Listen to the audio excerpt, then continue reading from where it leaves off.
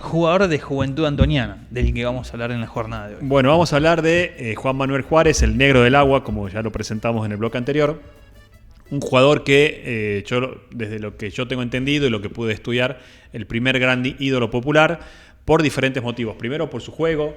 Hablan de un jugador muy habilidoso, con mucha gambeta, algo que es muy atractivo para el hincha. Imagínate en esa época donde el fútbol empezaba a tener sus primeras armas. Bueno, él viaja a una prueba a Newell's. Vamos por partes. Pero son dos los que viajan. ¿Por qué hablamos de un gran ídolo y no del otro? Porque eran dos los buenos. No, porque a ver, hay jugadores que son muy buenos, pero no son tan ídolos. Primero, porque jugabas en el club más popular. Y el otro no jugaba en el club más popular. Jugaba en el club, en esa época, claramente elitista. Mirá. Sí, que después se cambió eso, pero bueno, Gimnasia era un club elitista y eso lo saben todos. Después fue cambiando, pero Gimnasia era realmente así. Y Juventud era un club que ya era popular, ya era un club del barrio de Zona Sur, en donde empezaban a crecer los primeros barrios para las orillas de la ciudad. Tengamos en cuenta que si bien Juventud hoy la ubicación es casi céntrica de la cancha, sí. En la década del 30 era casi el final de la ciudad prácticamente. ¿Sí? Entonces, obviamente, se va cambiando todo eso. Bueno, Juárez, no tengo el debut exacto porque no tengo todos los partidos de la época, pero el primer partido que tengo registrado de él se produce un 27 de abril de 1930, fecha 2 del torneo anual. Ante Libertad gana 2-0. No tengo la formación del primera fecha, que es contra Central Norte, entonces probablemente haya debutado contra Central Norte 1-1 en la cancha de Campo Belgrano, por ejemplo, y contra Libertad en la cancha de Anzoátegui.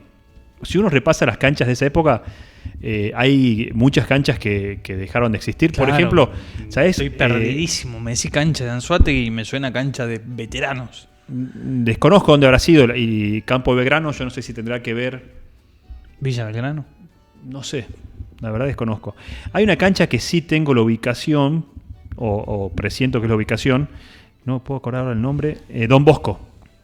Yo me acuerdo que Don Bosco es la cancha actual de Don Bosco. Sí.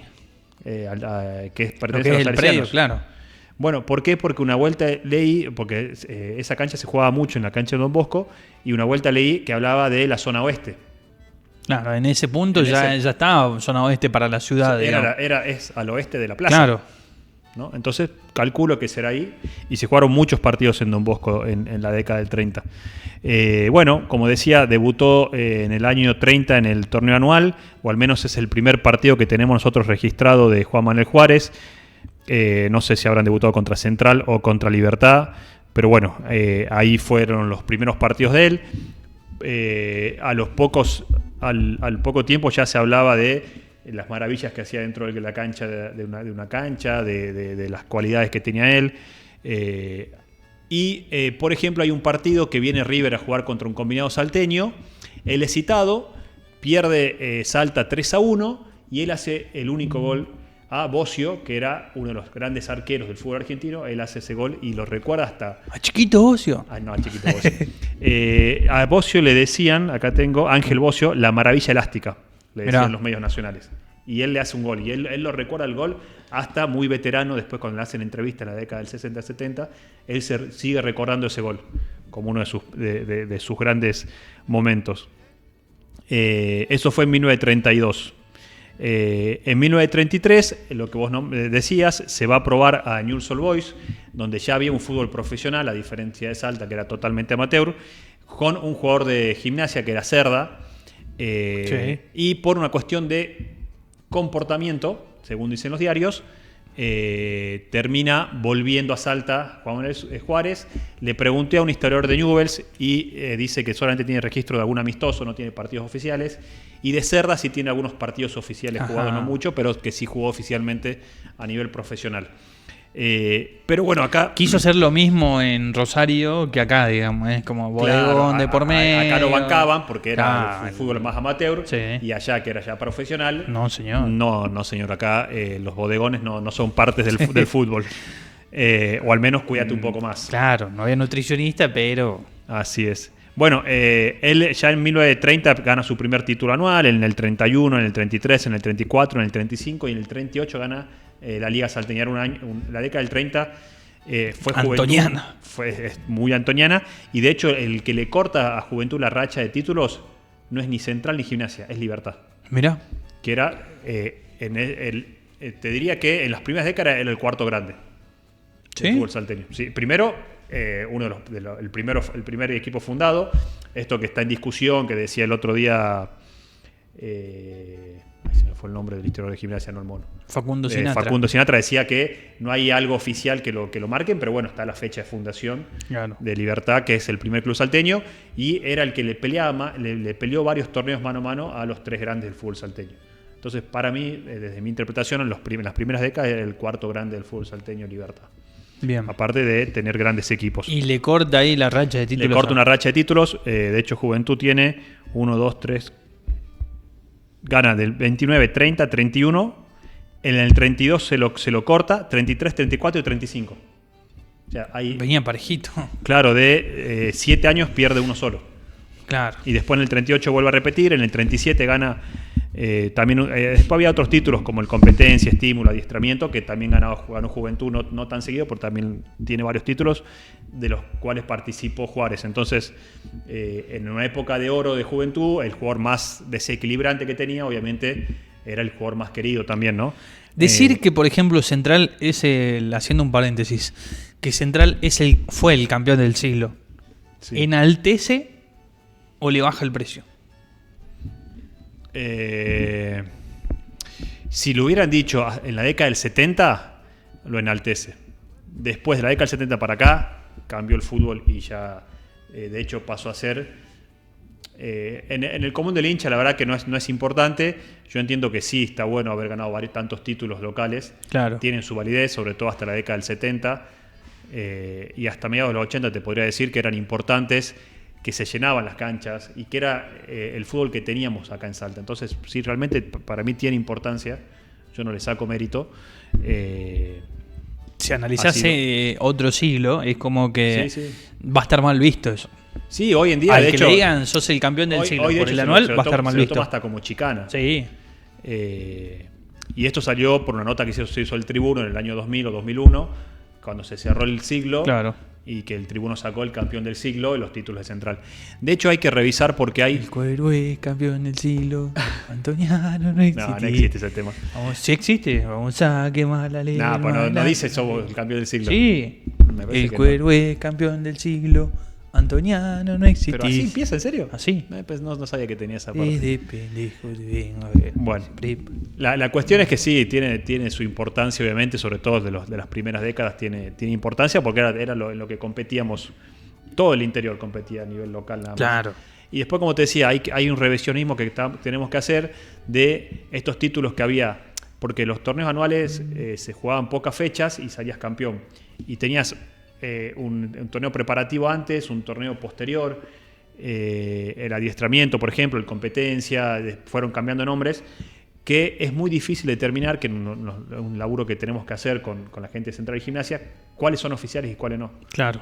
Por ejemplo, hay un torneo que yo pude determinar que es oficial. Adiestramiento, eso ya es vos me decís, un torneo así es oficial y no, por el nombre te diría que no.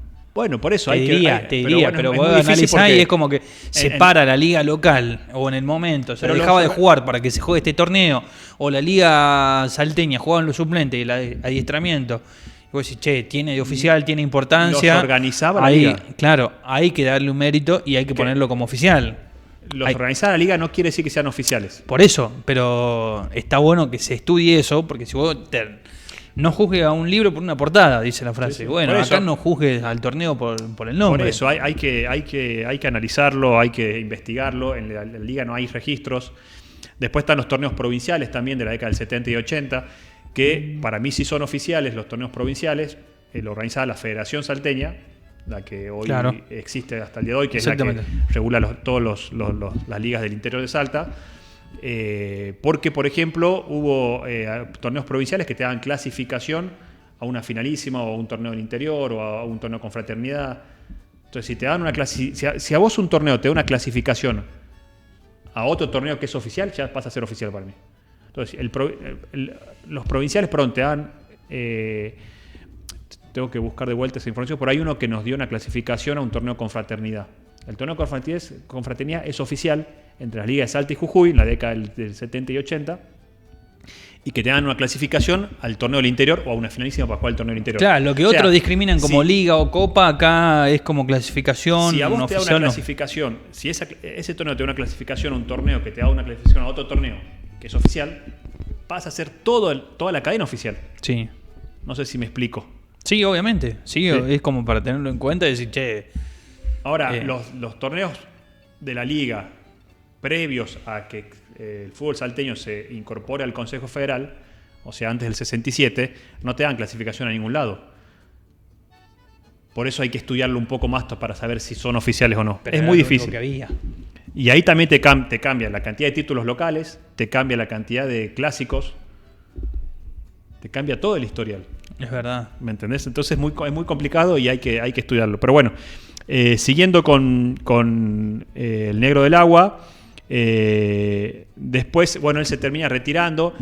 Si vemos las siguientes fotos, acá habla del regreso de Juárez a Salta, si no me equivoco. La voy a leer desde el celular porque no llega desde ahí. Llego desde acá. Yo tampoco. Está la nota que dice: una carta recibida de Rosario nos da cuenta de que el club Newell's Old Boys se hallaban contratados los jugadores salteños Rogelio Cerda y Juan Manuel Juárez. Acabamos de tomar... bueno, ahí habla de que habían quedado seleccionados supuestamente, pero bueno, después no termina pasando eso. Y vamos a la siguiente imagen, que acá es: por fin llegó anoche el Negro del Agua. El andén de la estación resultó en extremo estrecho para el recibimiento del conocido jugador. Su llegada fue triunfal. Hubo abrazos, apretones de mano y varios no pudieron evitar alguna lágrima, que fueron recogidas en blancos pañuelos para tenerlos de recuerdo epopéyico del trascendental viaje. Hubo más. Alguien, creyendo en el milagroso viaje del negro, se largó hasta Güemes y allí, al encontrarse, se confundieron un abrazo que será memorable para cuantos tuvieron la suerte de presenciar la escena. Esto describe la importancia del regreso del ídolo, que no pudo triunfar en Rosario. ¡Qué locura! Pero imagínate, le están dando de baja a un jugador por mal comportamiento, ya en su momento. Y se vuelve a Salta y la gente es como, listo, vuelve el nuestro. Quedó chico los andenes del tren, uno que se fue hasta Güemes, claro, no creía que realmente venía. La verdad que, bueno, aparte de lo lindo que escribían en esa época, te marca un poco lo que significaba el Negro del Agua, ¿no? Y vamos a la siguiente imagen, ya año 37, y ya habla de el veterano Juárez. Esto es hablamos también del viaje a Bolivia, ¿te acordás? Sí. Y acá habla de que Juárez convirtió el empate en Bolivia, y ya habla de un veterano. La cálida recepción que tuvo Juventud en Bolivia. En Bolivia, sí. Bueno, él fue uno de los músicos, también hablamos de la música, ¿te claro, acordás? Sí. Fue uno de los músicos de Juventud cuando fueron a tocar allá en Bolivia, en la radio de Bolivia, la Filarmónica Antoniana, ¿te acuerdas de todo eso que habíamos visto? Bueno. ¿Es el jugador más ganador? No sé, tendría que revisarlo. Entramos a nivel títulos locales, sí. referís, ¿no? Y habría que verlo. Y en Juventud, y la camada de él, lo que pasa es que, claro, por ejemplo, José Lazarte era el centro, él era puntero, y el centro delantero era José Lazarte. Centro forward. Y José Lazarte también jugó todos esos años. Claro. Qué lindo cuando se le decía así. Sí. No llegué a esa época, pero el abuelo te decía: el centro forward que tiene River, que no sirve. Y vemos el siguiente. Mi suegro me sigue hablando por ahí, de vez en cuando le salen las palabras. Es la misma foto, pero dice, hay negro para rato, ya en el año 37, ya era veterano, y seguían hablando de que realmente rendía muy bien en su juego. Y para ver la importancia que tenía él, muchos años después, cómo se lo recordó, si bien hoy está olvidado, pero en la década del 60 y 70 se lo seguía recordando. Y miremos por qué. Por ejemplo, ¿te acordás que vimos el partido ese con Central? Que te comenté que Central había preparado la fiesta, el show, todo eso, y que Juventud va y le gana 4-1. Fecha 35. Bueno, parecido. Pero en este caso era la fecha 1 del torneo. Y en la imagen siguiente lo vemos al Negro del Agua ingresando con el equipo. Ahí está. Mirá. Ese medio peladito canoso. ese es ya obviamente súper veterano, grande, claro. ya recontra retirado, estamos hablando de 30 años después de la foto anterior, y habla de que entra Juan Manuel Juárez, que es homenajeado, y fue el ex jugador elegido para acompañar al equipo en la entrada en este partido que Roberto Romero simbolizó como el resurgimiento del fútbol salteño, que organizó toda la fiesta, invitaron a un jugador de cada equipo, un ex jugador de cada equipo, por Juventud fue Juan Manuel de Juárez, ¿por qué se lo eligió él? Obviamente porque había sido el primer ídolo que tuvo Juventud. Claro. Si no hubieran elegido otro, por eso también simboliza todo lo que significó. Y vamos a la siguiente imagen. Qué locura esto de los contextos y darle importancia a lo que sea, o sea, para bien, para aferrarte a un clásico, digamos. Es como que Claro. Roberto Romero la vio venir con los ídolos, la importancia y todo lo que se jugó en ese momento. Dijo, es por acá. Y muchos años después, ya esto es década del 70, se enferma Juan Manuel Juárez y fíjate que el diario, ya estamos hablando, esto fue en el año, ya te digo, 73. Se enferma, está internado, una persona con escasos recursos, lamentablemente, a pesar de haber sido ídolo, no vivían del fútbol, no tenían ingresos por el fútbol, ahora tienen su trabajo. Tiene cierto aire a Totano en los 90. Puede ser, sí, así canoso. Sí. Y bueno, seguían el diario, ya estamos hablando de casi 40 años después de que él jugaba en Juventud y el diario seguía hablando de él. Claro. Te marca también algo, ¿no? Por eso quería, si bien no es una nota, no es algo lindo de repasar esto, que ya fue su enfermedad y sus últimos años. ¿Y qué pasa después, en el año 73? Él todavía enfermo, viene River a jugar contra Juventud por el torneo nacional 73. Él ya había jugado contra River, le había hecho un gol. Le había hecho un gol. En el combinado salteño. Así es. Y el presidente de River era Julián Kent. Se entera de que está este exjugador enfermo, mirá la trascendencia, ¿no? Y se acerca al hospital y le dona una suma importante de dineros, el presidente de River. Mirá. ¿Lo habrá visto jugar? ¿Se habrá acordado? No sé, porque no dice nada. ¿Habrá trascendido en la historia del Negro del Agua? Pero che, en Salta ahí. Para que venga, obviamente él vino porque River jugaba en Salta. Sí. No sé si habrá visto la nota en el diario y lo habrá conmovido, si sabría Puede quién ser sea, también, claro. o si sabría quién es. La cuestión que el presidente de uno de los clubes más importantes del país lo va a visitar al hospital, le dona plata, lo ayuda, se preocupa por él. Realmente todo esto marca la importancia que tuvo este jugador, que 40 años después se lo sigue recordando. Hoy ya lamentablemente no se recuerda. Yo sueño con conocer a algún familiar de él para hacer un homenaje. Es muy difícil, pero bueno, sí. Así como se hizo, por ejemplo, cuando Juventud volvió a su cancha, el homenaje al teniente coronel Sánchez, a la familia, porque él ya falleció en el 75. Sí. Bueno, a estos jugadores la única forma de homenajear es a través de su familia, pero bueno, aparte es un apellido muy común, entonces buscas un Juárez y ¿cómo haces? Juventud Antoniana y es como buscar un Torres en la guía. Claro, ¿me entendés? Entonces es difícil, pero bueno, yo cuando hice una publicación de él en la página de historia puse si algún familiar lee esta nota, me gustaría contactarnos, pero bueno, no llegó nunca el contacto. Andás a ver